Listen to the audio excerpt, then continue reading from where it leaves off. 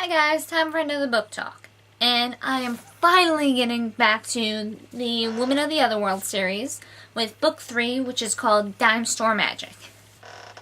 This is book 3 of the Women of the Otherworld series by Kelley Armstrong, and it is called Dime Store Magic. Now, we are finally switching narrators here. Instead of Elena, we have Paige, who was in the last book, as the narrator. Now, for those of you who might not remember, Paige is a witch, and in the last book, her mother died, so now she is the leader of the coven in North America. This book takes place about 9 months to a year after the last book, and Paige has custody of the now 13-year-old Savannah Levine, whose mother was killed by the freaking insane humans in the last book. So Savannah doesn't really have anyone, because witches don't usually know who their fathers are, because they are raised by the mothers. They're kind of like werewolves in that kind of point of view. So yes, Paige has custody of Savannah, and things are going good. You know, they've been living together for a while. Most of the coven don't approve of Savannah, because her mother was a dark witch who left the coven. Am I saying that right? Coven? I'm just gonna say coven. I blame Supernatural for that. One thing I've noticed about the coven witches in this book, they are sissies and pathetic. Like, really, guys? You're witches. Can't you be a little more badass? So Savannah doesn't really like them either. Not that I can blame her, they're kind of bitches. Especially the elders. Yep. Paige has been taking care of Savannah. Things have been going more or less smooth. But then Leah, the half-demon from the last book, rears her ugly head again. And she is part of this custody battle to get Savannah back. Paige at first thinks like, oh, you aren't gonna get custody of Savannah, you know. You aren't related to her either. I have a steady job, yada yada yada. Her aunt, her grand aunt, who's one of the elders, basically gave me custody of her, so you aren't gonna get her. And Leah's just like, I don't want custody of her, I'm helping her dad get custody of her. And her dad apparently, supposedly, the man claiming to be her father, is a sorcerer. Now, as established in the last book, sorcerers only have male children. They only sire male children.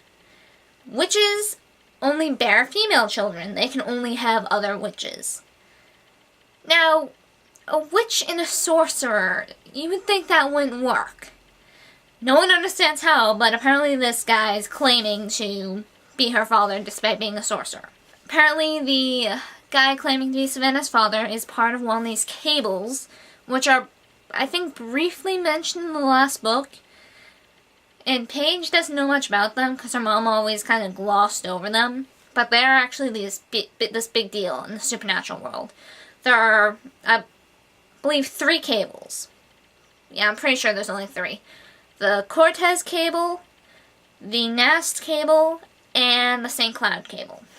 These cables are big deals. Think kind of a more business-oriented version of the Mafia. That's the best way I can really describe them. They are cutthroat, they mean business, and yeah, you don't mess with them.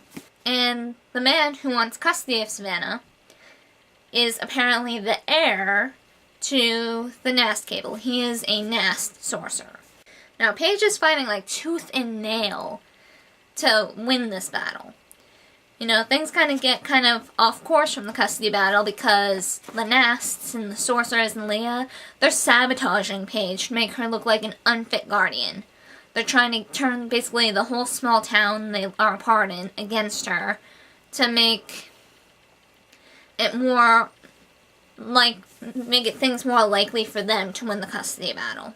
This random sorcerer lawyer turns up on Paige's doorstep one day by the name of Lucas, and he wants to help Paige.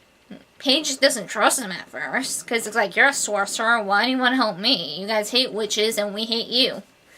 But despite, no matter how hard Paige tries to get rid of this guy, he always comes back. It's like, I can help, I can help, I can help. And he helps her multiple times, And eventually she gives in. It's like, fine, I'll hire you as a lawyer, okay? And I love Lucas, okay? He's gotta be one of my favorite male characters outside the werewolves. Lucas is awesome. And just his interactions with Savannah and Paige are wonderful. Like, there's one scene in here where the coven calls a meeting and he just kind of barges in.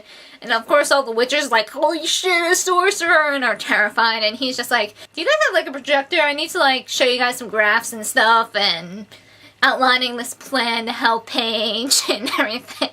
And they're just kind of like in the corner cowering, and Paige and Savannah are just like trying hard not to laugh at the whole thing. Like the two other books before this, I found it to be really awesomely paced. And it did not feel like it was this long. It felt shorter to me.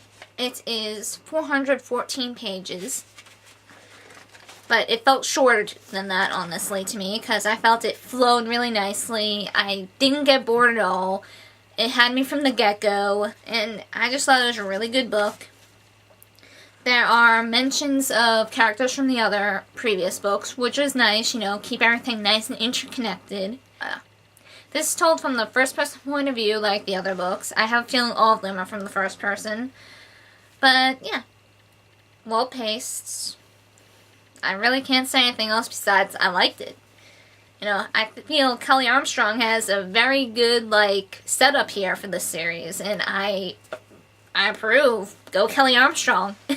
Yeah, I totally recommend this series. If you haven't read this already, or thought about reading it, or you're on the fence, I highly recommend giving, like, the first book a try, because all of them are turning out to be awesome. And, yeah, that's my book talk. So, if anyone has any suggestions for other books for me to read, and review, or whatever, comment section. I'm always open to new books, so let me have it. Come on.